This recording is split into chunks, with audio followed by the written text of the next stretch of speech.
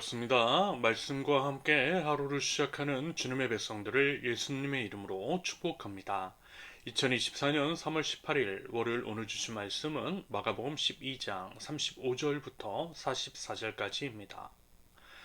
예수께서 성전에서 가르치실 때에 이렇게 말씀하셨다. 어찌하여 율법학자들은 그리스도가 다윗의 자손이라고 하느냐? 다윗이 성령의 감동을 받아서 친히 이렇게 말하였다. 주님께서 내 주께 말씀하셨다.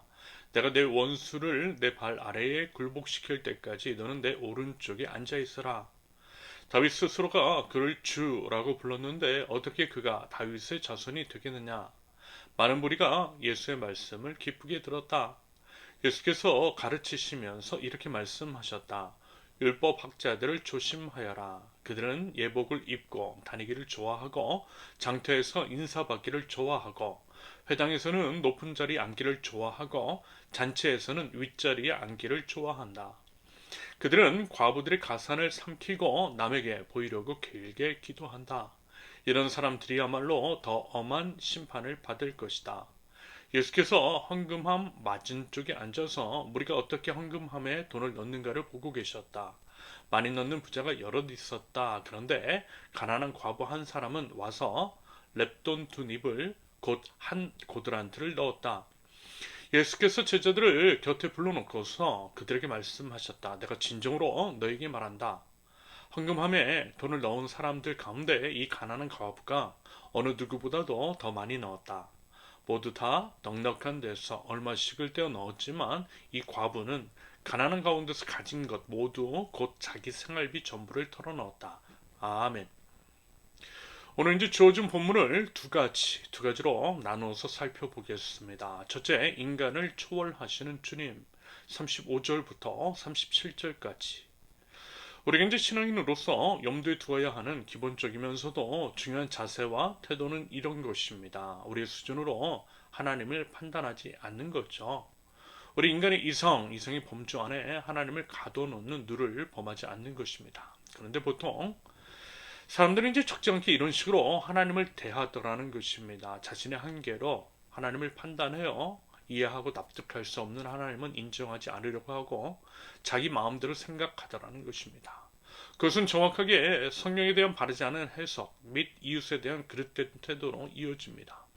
마치 이제 자신이 하나님이냐 남을 판단, 정죄, 비판하고 누군가는 이제 혐오, 차별, 배제, 소외, 폭력이 대상으로 삼더라는 것입니다. 하지만 여러분, 우리가 이제 온전히 이해할 수 있는 하나님이시라면 그분은 하나님이실 리가 없다라고 했잖아요. 그런 신은 사람이 만들어낸 가짜 신, 그러므로 우리가 이제 그런 신은 다 예측할 수 있고요. 가늠도 되는 가짜입니다. 그러나 하나님은 만들어진 신, 가짜 신이 아니라 스스로 존재하는 진짜 신이십니다. 그러므로 우리가 하나님을 모두 이해할 수 없는 것은 당연한 거죠. 이런 이유로 하나님께서 만드신 세상 역시 여러분 우리가 다 이해할 수 있는 것은 아니더라니까. 무슨 얘기냐면 우리가 이제 모르는 영역이 있다라는 거예요. 우리가 자신이 이제 경험한 세상만이 전부는 아니라는 것입니다.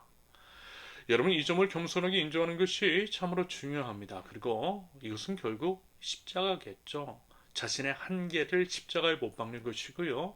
십자가에 못 박은 자는 하나님을 그리고 이제 하나님께서 만드신 세상을 우리가 이제 다 이해할 수 없으며 그렇기 때문에 함부로 판단하거나 단정 짓는 태도는 지양해야 한다라고 하는 말씀입니다. 말하자면 이제 예수님께서 종교인들 특히 이제 성경을 잘 안다라고 하는 율법학자들 지금으로 말하면 이제 신학교 교수 정도 될 텐데요. 아무튼 이런 이유로 율법학자들을 질책하신 것입니다. 많이 안다라고 거들먹거리고 사람들 위에 군림하려고 하는 그들. 하지만 그들은 정작 예수 그리스도를 제대로 보지 못했습니다. 예를 들면 이런 거죠. 보통 이제 그 당시 사람들은 다윗의 자손으로 머니 그리스도께서 오신다라고 믿었습니다. 성경에 그렇게 예언이 되어 있기 때문이죠. 그런데 역시 성경에서는 다윗이 그리스도에 대해서 주님이라고 말했던 것을 우리 예수님께서 언급하고 계세요.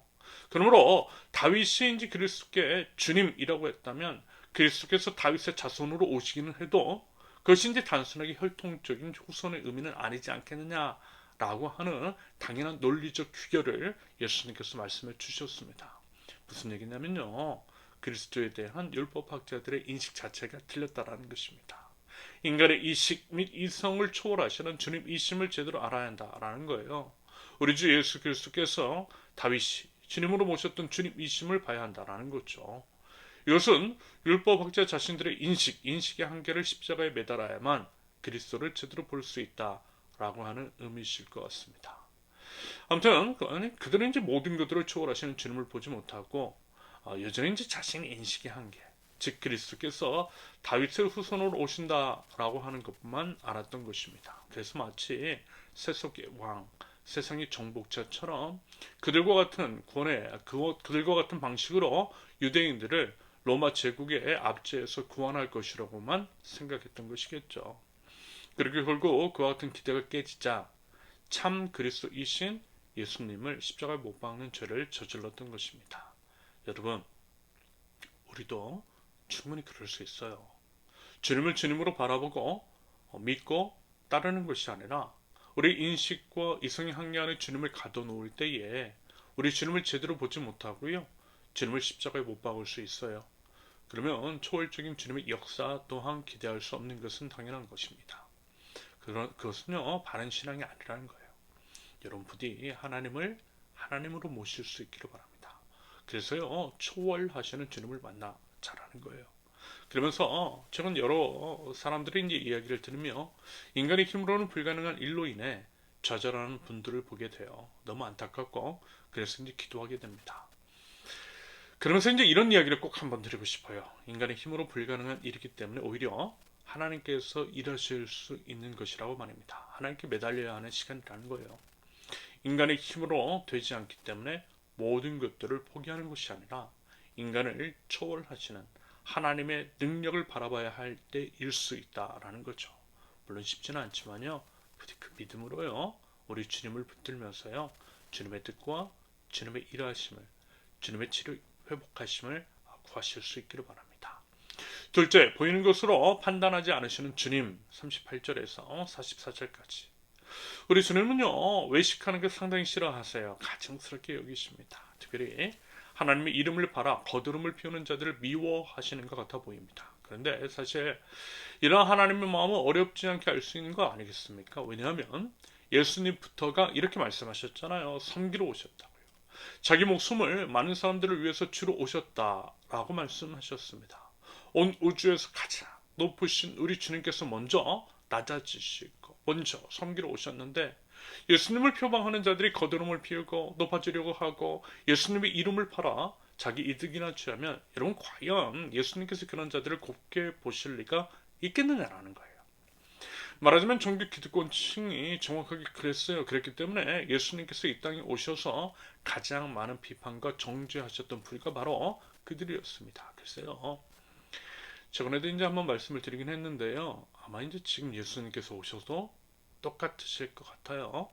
목사나 교회 안의 직분자들, 신학교 교수들, 각 기독교 단체의 장들, 여러분 어떻습니까? 얼굴은 이제 기름기를 번지르하고 가진 것도 많고 제왕적인 권력을 휘둘러요. 물론 이제 모든 사람들이 그렇지는 않습니다. 오히려 겸손하게 낮은 곳에서 섬기는 분들, 먼저 엎드리고 굳은 일을 하시는 분들도 적지 않아요. 예수님 당시에도 분명 이런 사람들이 있었을 것이고요. 그런 자들에 대해 예수님도 당연히 탓하지 않으셨을 것입니다.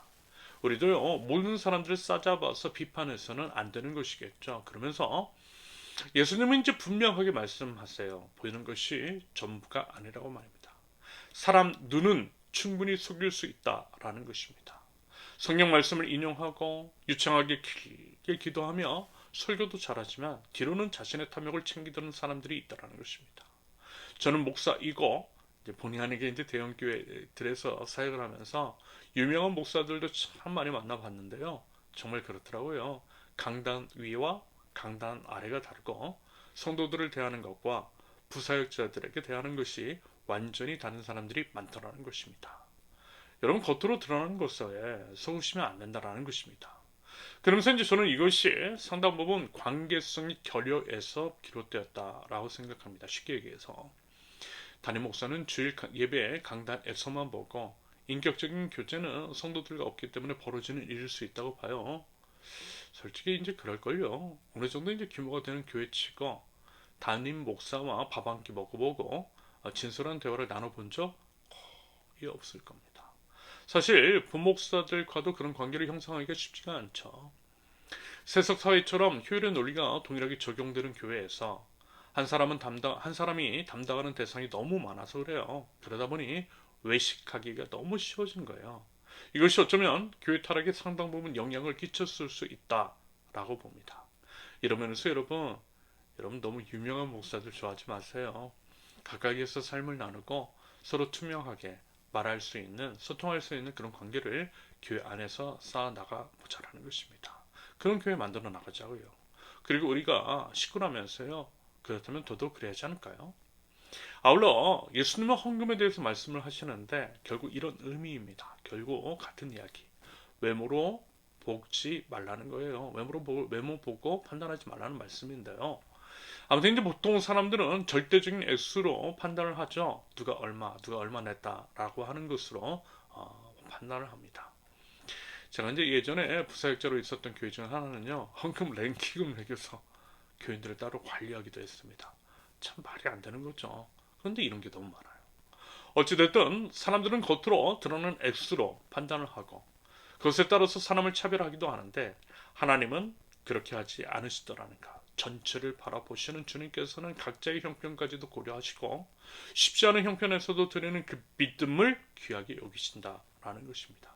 그 말씀의 의미는 우리 시선도 그렇게 바뀌어야 한다라고 하는 것이 아닐까요? 그래서 저도요 그런 노력 참 많이 하려고 해요. 헌금으로 사람을 판단하고 액수로 평가하기보다는 오히려 그 사람의 사정을 헤아리려고 합니다. 최대한 모든 사람을 똑같이 대하려고 해요. 아울러 물론 이제 아직은 우리 세우는 교회가 연약하지만 그래도 이제 조금씩이라도 도려고 해요. 헌금을 내라고 하는 것이 아니라 오히려 자발적으로 모아진 헌금을 통해서 작은 물질마저도 드릴 수 없는 어려운 사람들을 도우려고 합니다. 물론 쉬운 일은 아닐 수 있지만 그래도 해나갈 수 있기를 기대해요. 여러분 기도해 주실 수 있기를 바랍니다. 바라기는 초월하시는 우리 주님을 제대로 바라보고 또 믿으며 속사정까지 아시는 우리 주님을 따라 외모로 판단하지 않고요. 오히려 주님의 것을 흘려보낼 줄 아는 넉넉한 우리 세우는 교회가 될 수 있기를 예수님의 이름으로 축원합니다. 함께 기도합니다. 똑바로 주님을 바라보기를 원합니다. 하나님을 하나님으로 바라보고 그럼으로써 초월하시는 하나님의 능력과 하나님의 역사를 경험할 줄 아는 저희 되게 하옵소서. 사람을 겉모습으로 판단하지 않게 하시며 중심을 보시는 우리 주님을 닮아 중심을 보고 전체를 살펴보려는 삶의 애씀과 기도 그리고 이웃에 대한 바른 태도가 있게 하여 주시옵소서.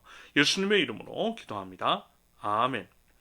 하나님께서 오늘 주신 말씀과 각자의 기도 제목을 놓고 우리 잠시 기도합니다.